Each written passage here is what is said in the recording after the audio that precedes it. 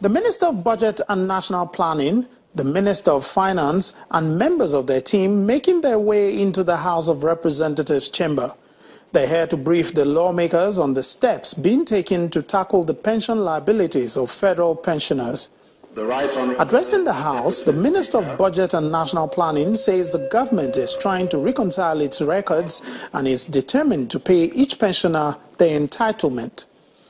We have to make sure that we calculate and we know exactly how many pensioners and how much is required.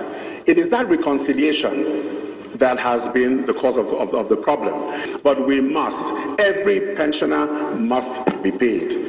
And that is the directive. The minister says a special committee has been set up on this matter, and the committee is expected to come up with creative ways of meeting the funding needs of government.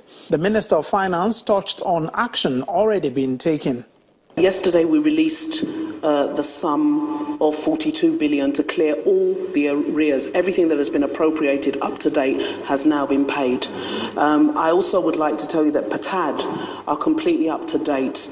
The national president of the Nigerian Union of Pensioners appreciates the efforts of the federal government, but cautions with a warning. And we want you to continue like that. You know, 2019 is coming.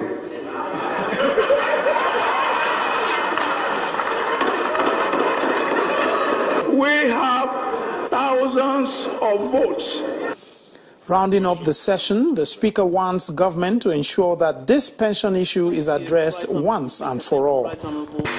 We will not accept any excuse that leaves part of these pension funds hanging. I don't know where we got the money to bail out the states from.